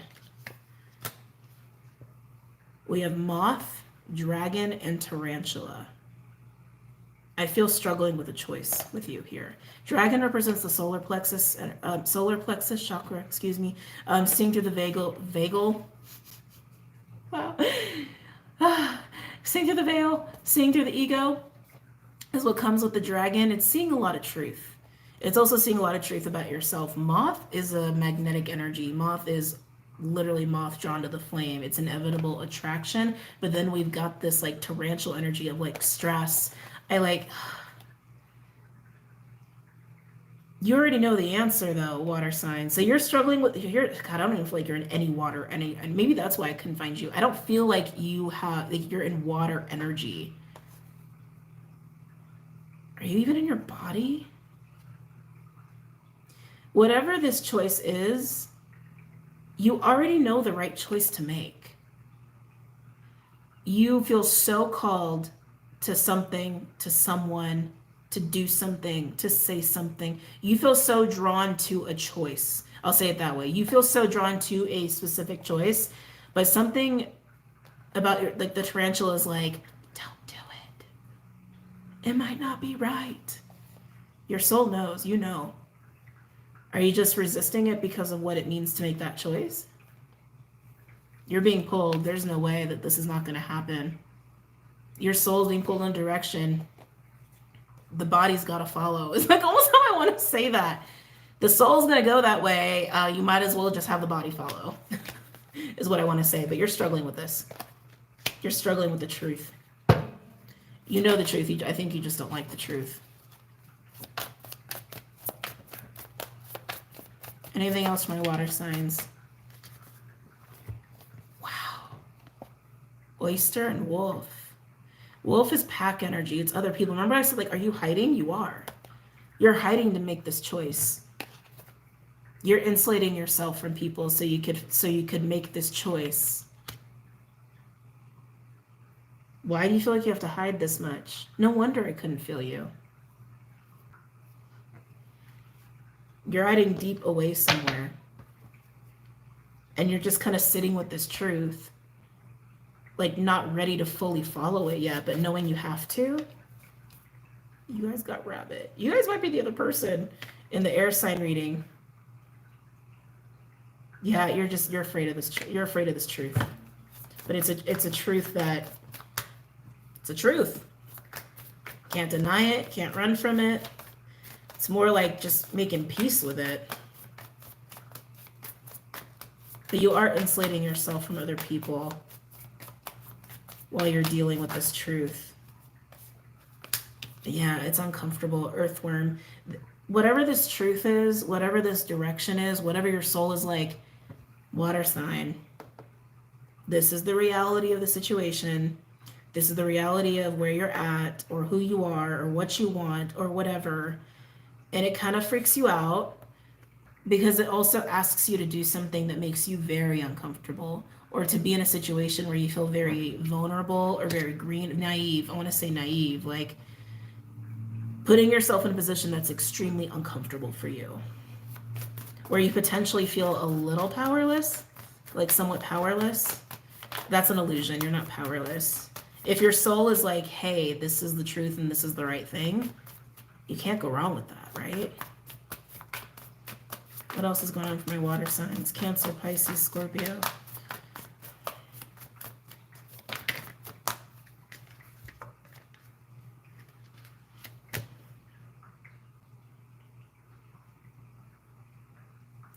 I'm smiling because what you're afraid of, what makes you nervous or scared and like feeling really uncomfortable about what this truth is, it's actually just your own power. Tiger and fish just starfish just landed on rabbit, landed on the fear. This is your power. This is your empowerment. This is your confidence. This is your capability. Tiger is usually a spiritual awakening energy, but it's also my Queen of Wands. It's passion, it's sexuality, sensuality. Starfish is actually very much like the star card to me. It's attractive. It's also magnetic. It's almost irresistible. For some of you water signs, this could also be that someone sees your power, and it feels threatened by it. But really what they're being called to do is to work through that fear, work past that fear, to embrace you, to talk to you, to work with you, tell you the truth of what they see in you, what they see with you. For some of you, that's definitely the case, but this is kind of like a no shit situation. Your soul is saying, go towards the path that nurtures that chooses this. It might be scary. It might give you some anxiety. You might feel like you got to be alone to kind of like really sit with that. And it might be really uncomfortable to be seen in that way, to put yourself out there in that way, because it's really putting yourself in this like very spotlight, almost Leo like position. But it's what your soul is saying. Yes, this is it. This is it. This is it. So how can you say no to your soul? You can't. Let's see what you guys got a lot of animals. Let's see what other cards want to come out. But like I said, for some people could be seeing you in this kind of like light, this power, almost like star power, and they're intimidated, but they know they need to like just work through their own insecurities there.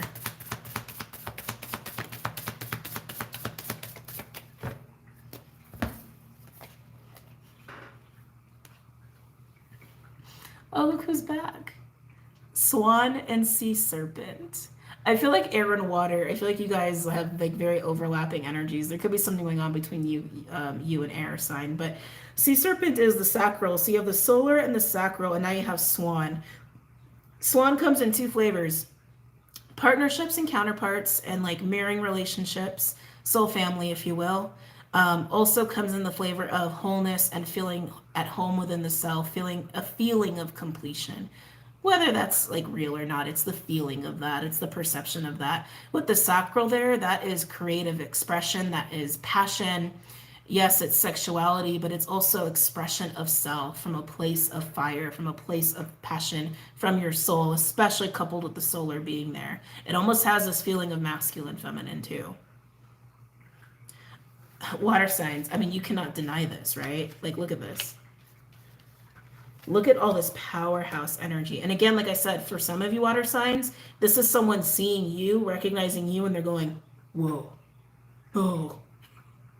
And they got to work through their own stuff to like, you know, to deal and then, you know, approach you. Absolutely. But if this is you being afraid of yourself and your own power and afraid of putting yourself out there, look at this. This is powerhouse, star quality, like irresistible. Irresistible is the word that's coming out, especially with starfish and moth. That is irresistible. Let your soul choose this. And if someone is looking at you like this, or you're looking at someone like this, follow your soul. You might be a little scared. I get it. It's worth making yourself uncomfortable, because that is undeniable, powerful energy. Powerful, fun, sexual, fulfilling, irresistible. Worth it. Worth it. Worth it. Okay, let's go ahead and pull some cards. Oh, my back. Oh, my backy back. I don't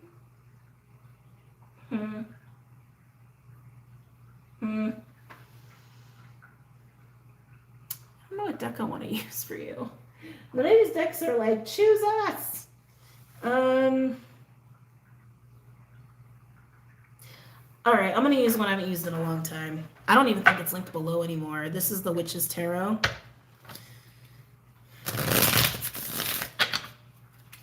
Any other messages or insights from your water signs pertaining to this spread?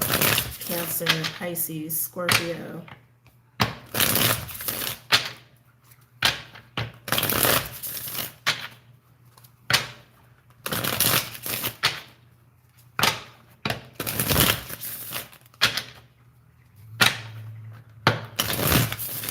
Cancer, Pisces, Scorpio.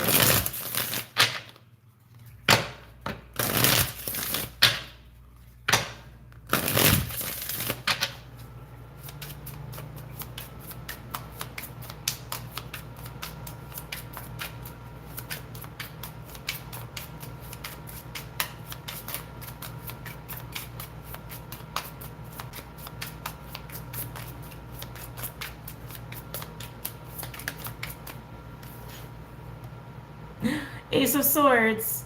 Truth. The undeniable truth, the undeniable call of your soul going, yes, water sign, this way. Yes, water sign, that person. Yes, water sign. Yes, water sign. We know it's triggering an uncomfortable water sign. It's worth it. I keep wanting to say that. That'd be the title of your reading if this was just like for a water sign video. It's worth it. I don't know why I want to do this, like a check mark or something, like a check of approval.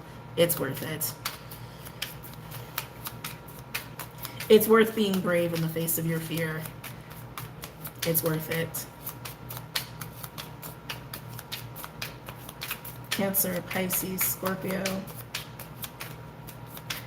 Cancer, Pisces, Scorpio. They're showing me Queen of Cups. We'll see if it comes out. Makes sense. Water sign. Also all that Juno Cancer energy, right? For those who don't know, who are new, Queen of Cups is Cancer.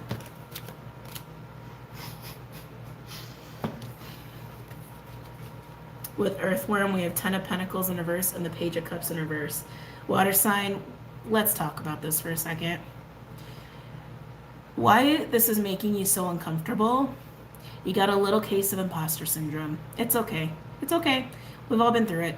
10 of Pentacles in reverse can sometimes indicate that. 10 of Pentacles in reverse can also indicate something that is like not really long lasting, or you're just coming out of something. And you could totally be coming out of something and shifting gears as far as like, my soul wants to do this now. Let's set up a whole new course. Let's set up a whole new job situation. Let's set up a whole new thing, like, you know, container of stability. For some of you guys, that's the case. But mostly, especially with the Page of Cups in reverse being there, I feel a lot of doubting of self. I feel like actually being hard on the self. I feel imposter syndrome. Like, a part of you feels like you're not worth it. Like, okay, so if this is about like putting yourself out there and like really stepping into almost like this Leo fieriness and being like, here I am in all my glory, it's almost like, who am I to do that? Who's gonna accept me in that? I can't do that. Like, that kind of mentality. Or if you're seeing somebody and you're like, your soul's like, yes, it's them, that person right there, and you're like, they're too attractive for me. They're too good for me. They're never gonna want me. Imposter syndrome. It's time to get over the imposter syndrome, water signs. Cancer, Pisces, Scorpio.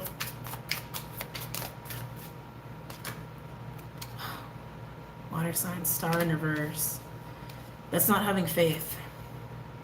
As long as you're gonna have this fear or this like feeling of imposter syndrome, like I can't have that, or that's not really me, or who am I, and they're not gonna want me, or I'm not right for the job, they're not gonna hire, you know, who's gonna listen to me, all that stuff. That's you being in this cynical energy and being hard on yourself, denying yourself this truth that you know is true. Deep down you know. Deep down you know. Deep down you know.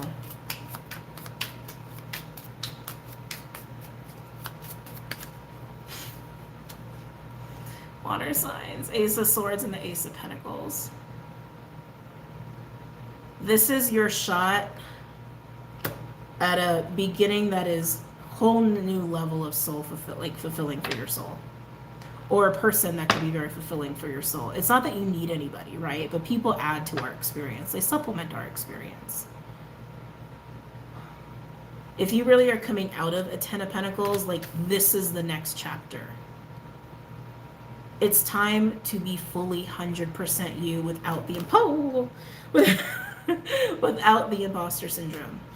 Okay, let's see what other cards want to come out, and then we're gonna wrap this up because Mama's tired and Mama still got that stuff to do tonight. Cancer, Pisces, Scorpio.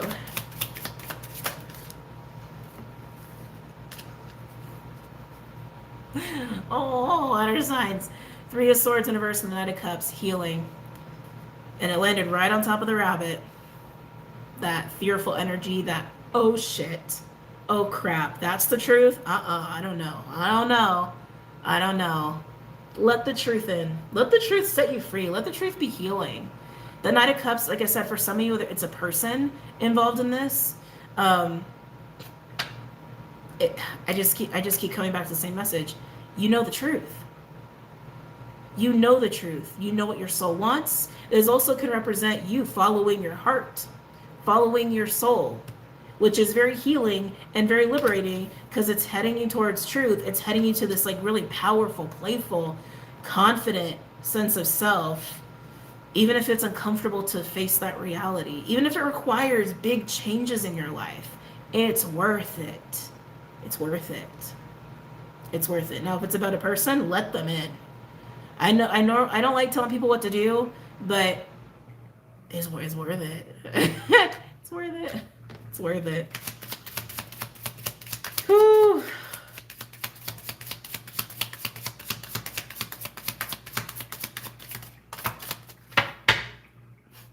It's time, water signs, death. Yep, with strength.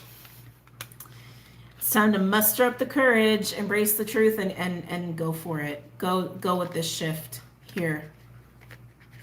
Go with what your soul is urging you to do, to say, to be, or with whom to deal with. Face your imposter syndrome head on. Face your insecurities head on.